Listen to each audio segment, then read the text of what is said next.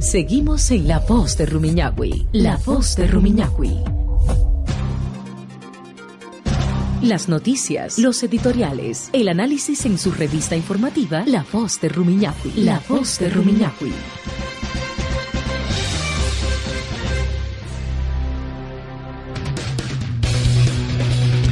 Son las 8 de la mañana con 5 minutos. A esta hora de la mañana saludamos a través de la línea telefónica a Marcelo Espinel.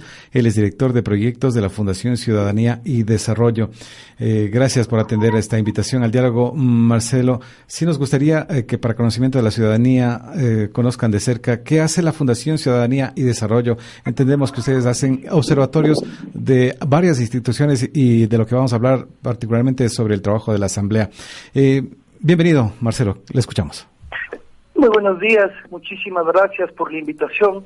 Un caluroso saludo a toda su distinguida audiencia. Fundación Ciudadanía y Desarrollo es una organización de la sociedad civil que se constituyó en el año 2009 como una iniciativa de un grupo de ecuatorianos que creyeron que el fomento de la transparencia, el combate a la corrupción, la participación ciudadana puede fortalecer el sistema democrático en el país. En ese sentido, desde el año 2009, hemos empezado a implementar distintas iniciativas que tienen por finalidad transparentar el accionar de los actores políticos, promover el debate político y que de esta manera los ciudadanos podamos estar más informados y que tomemos mejores decisiones. Como bien has mencionado, uno de las iniciativas, uno de los observatorios que tenemos dentro de la Fundación es el Observatorio a la Función Legislativa, que desde el año 2011 viene haciendo un seguimiento de las actividades de la Asamblea Nacional y sus integrantes. De esta manera los ciudadanos podemos conocer quiénes están presentando proyectos de ley, quiénes asisten o no asisten a las votaciones, qué tipo de solicitudes a juicios políticos, de solicitudes de información dentro de la materia de fiscalización realiza la Asamblea Nacional y que de esta manera, con estos elementos cuantitativos, nosotros controlemos el accionar de quienes nos representan. A propósito de eso, ¿qué actividades marcaron el trabajo de la Asamblea Nacional en el año pasado, Marcelo? Bueno, creo que hay dos aspectos a analizar aquí. El primero es que la Asamblea Nacional durante el último año se vio bochornosamente empañada por actos bastante inmorales que causan vergüenza hacia los ciudadanos, de estos actos de corrupción, como por ejemplo el caso de los diezmos que hasta ahora se sigue discutiendo y que gran parte del trabajo legislativo, al menos en el que nosotros podemos ver en medios de comunicación, se ha caracterizado por este tipo de disputas dentro del Poder Legislativo. El otro aspecto es que la Asamblea Nacional se dedicó a tratar temas meramente coyunturales y que en materia de legislación no logró cumplir con la agenda que había planteado en su debido momento la titular del Legislativo, Elizabeth Cabezas. Planteó que se iban a aprobar un total de 48 leyes, se llegó a 19 y hay que considerar que varias de ellas fueron también iniciativa del presidente de la República y que fueron de una u otra manera fusionadas con proyectos de ley presentados por los legisladores y también que muchos de estos cuerpos normativos constituían reformas a leyes aprobadas por la anterior Asamblea Nacional y lo que nos pone a pensar si es que esas leyes que fueron aprobadas antes únicamente lo hicieron para responder a aspectos coyunturales y no fueron planificadas a futuro y que por eso tenían que ser reformadas o, en su defecto, que estamos legislando en base a la venganza y la controversia. Y recordemos también que lo que pasaba en la Asamblea anterior eran leyes aprobadas que venían desde el Ejecutivo, más no desde la legislatura.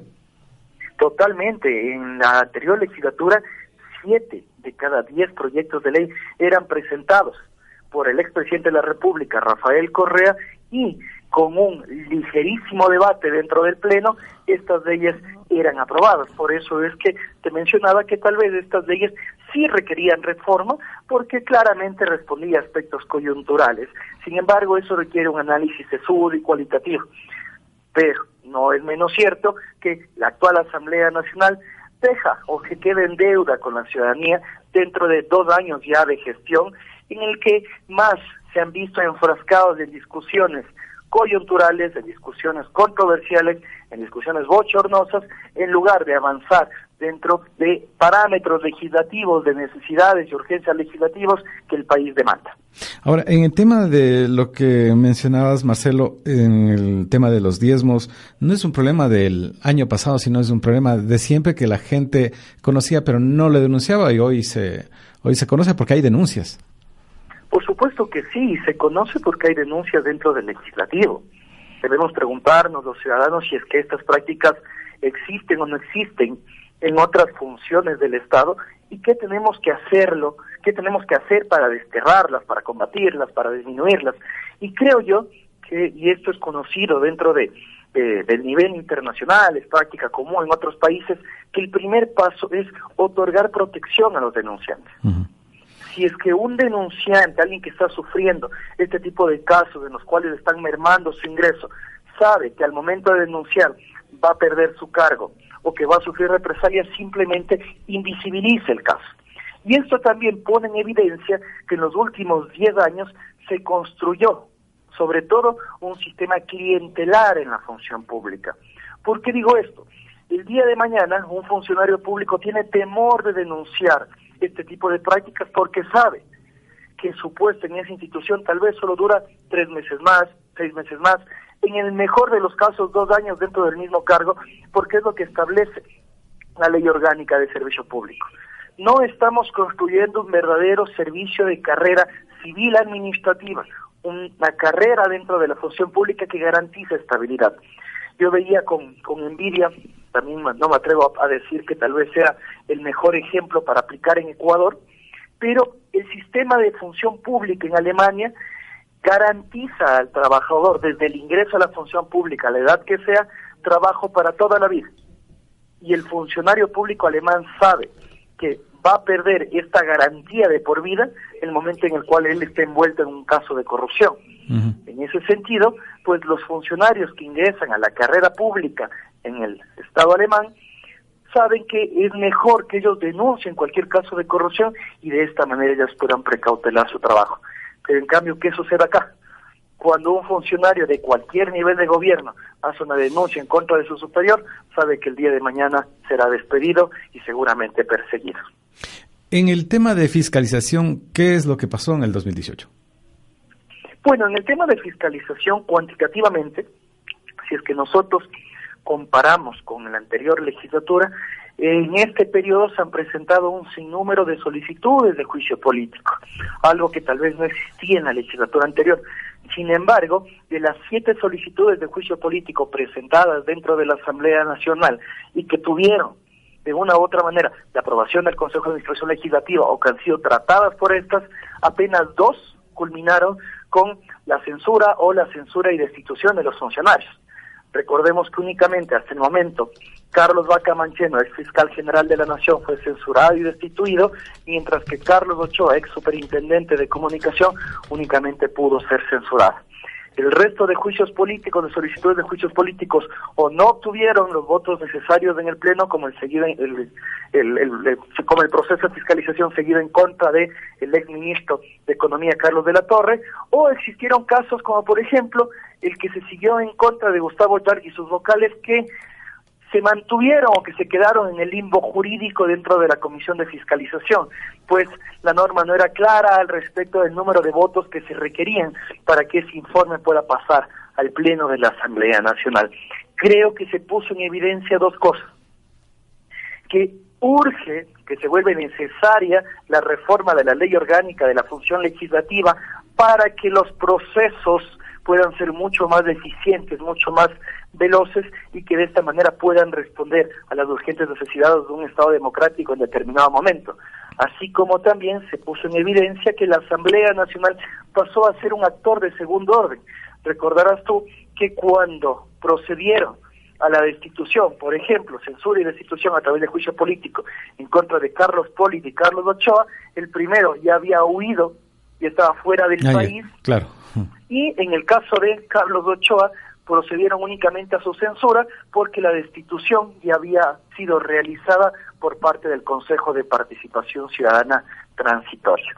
Es una pena que nuestra Asamblea Nacional, y esto ha venido sucediendo en los últimos años, no es únicamente en este periodo, sea ahora un actor secundario dentro del debate, cuando dentro de un Estado democrático la Asamblea Nacional, el Poder Legislativo, debe ser el primer llamado a representar los intereses del Estado ecuatoriano y ser realmente el actor más importante dentro de la construcción de democracia en un país.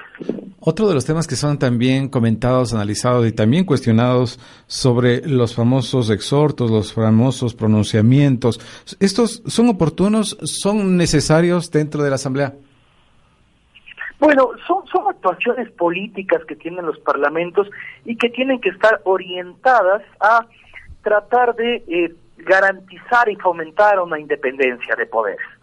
Es decir, que la Asamblea Nacional, dentro de sus actividades de control político, tiene dentro de sus atribuciones exhortar el cumplimiento de la norma a otras instituciones del Estado, pero esto tiene que presentarse cuando otra institución del Estado, otro poder del Estado, esté arrogándose funciones que no le competen y poniendo en riesgo el establecimiento de la democracia dentro de un Estado.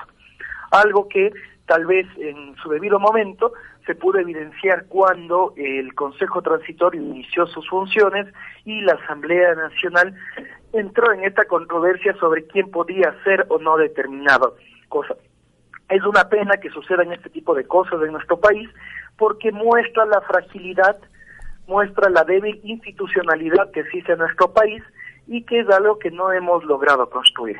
Pero dentro de esta figura del exhorto, también debemos recordar que la Asamblea Nacional ha emitido un sinnúmero de resoluciones, fueron más de 80 resoluciones las que emitió la Asamblea Nacional durante el año pasado, y que muchas de estas tal vez no tenían realmente gran relevancia, no tenían un alto impacto, cuando por ejemplo se hacían llamados de atención, se felicitaba a determinada ciudad, a determinado grupo laboral, y esto tal vez vuelve a desconectar al ciudadano con la Asamblea Nacional, pues no se siente representado, no encuentra aspectos positivos que evaluar, y eso siempre va a mermar la aceptación del Parlamento, y ahí es cuando empiezan a aparecer estas solicitudes, estos clamores ciudadanos de que se reduzcan los asambleístas, que desaparezca la Asamblea, y este tipo de actitudes negativas en contra del Parlamento.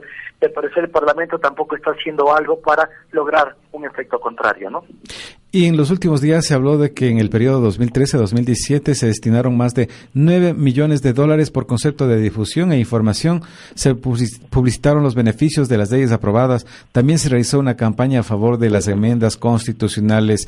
¿Qué puede comentar Marcelo Espinel respecto a este tema de publicidad? Este tema de costo que se gastó en la Asamblea para publicidad. Bueno, creo que hay que analizarlo a través de dos aristas. La primera, es necesario que las actividades de la Asamblea Nacional se publiciten y lleguen a la mayor cantidad de individuos. Sin duda que sí. Es totalmente necesario, porque si es que no, los ciudadanos no podemos conocer qué es lo que está haciendo el máximo poder del Estado. Sin embargo, esto no puede justificar el derroche.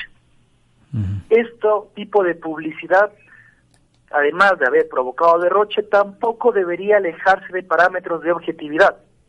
Entonces, el hecho de que se haya gastado tanto dinero como ya ha ocurrido en otras instituciones del Estado que están siendo evaluadas actualmente al respecto de su accionar en los últimos años, así como también que exista en lugar de información propaganda, es un claro mal manejo de los recursos públicos.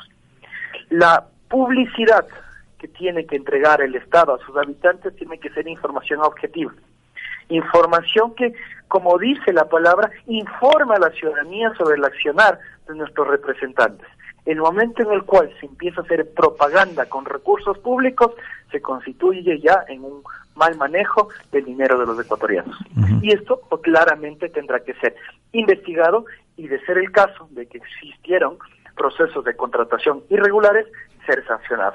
Pero, y esto creo que es muy importante para los radioescuchas, la lucha contra la corrupción no tiene que convertirse en una cacería de brujas.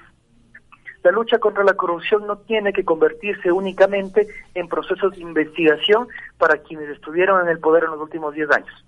La lucha contra la corrupción tiene que ser el establecimiento de normas y procesos que impidan que esos casos de corrupción que los estamos investigando y que deberán ser sancionados se impida que se produzcan en este momento y también en el futuro, y que de esta manera podamos cada vez disminuir este mal que tantos años nos ha aquejado y que al parecer nos sigue aquejando. Una última inquietud, Marcelo. ¿Cuáles son las perspectivas para este 2019 en la Asamblea Nacional, tomando en consideración de que es un año electoral por un lado, y cómo quedarían las fuerzas políticas dentro del Parlamento?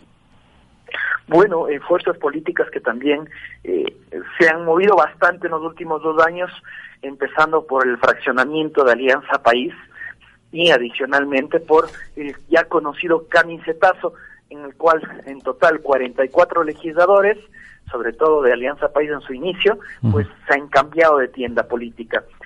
Con la salida de 15 legisladores para ser candidatos a las elecciones de los gobiernos autónomos descentralizados, también existieron pequeñísimos cambios dentro de la conformación de cada partido y bancada dentro de la Asamblea.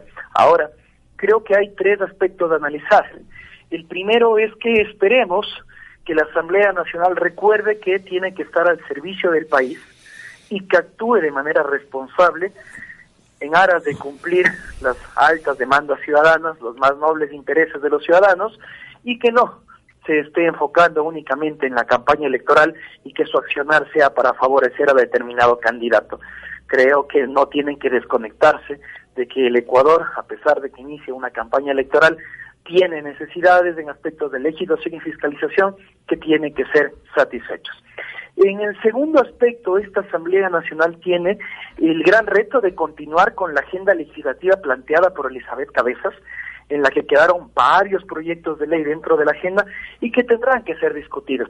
La ley de la orgánica de lucha contra la corrupción, tiene que ser tratada la ley orgánica de la función legislativa y un sinnúmero de reformas que se han establecido a normas aprobadas en años anteriores, como la reforma al Código Orgánico Integral Penal. Y sin duda, el proceso de fiscalización que ha quedado pendiente en contra de la ex canciller de la República, María Fernanda Espinosa, que hasta el momento no es tratado, y el proceso de juicio político en contra del ex procurador general del Estado, Diego García. Finalmente, el tercer punto que se viene en este 2019 y que es de trascendental importancia es que para el mes de mayo tendrán que ser renovadas todas las autoridades de la Asamblea Nacional. Habrá que ver si es que la titular del Legislativo va a buscar la reelección dentro del cargo. Recordemos que ella llegó después de un proceso controversial en la Asamblea Nacional seguido en contra del expresidente de la Asamblea, José Serrano, y habrá que ver si es que ella vuelve a querer ser la titular del Legislativo, y también veamos a quién se escoge como miembros del Consejo de Administración Legislativa y los presidentes de cada una de las comisiones legislativas. Que se escoja con un sentido de país, que se escoja tratando de garantizar el correcto y ordenado y fluido trabajo de las comisiones, y que no se dé lo que ocurrió al inicio del periodo, en el que existieron presidentes de ciertas comisiones que trataron de entorpecer el trabajo legislativo, perjudicando así a un gran número de ecuatorianos y de hecho a todos los habitantes del estado ecuatoriano. Muchas gracias a Marcelo Espinel, él es director de proyectos de la Fundación Ciudadanía y Desarrollo. 8 de la mañana con 23 minutos, una pausa y retornamos enseguida.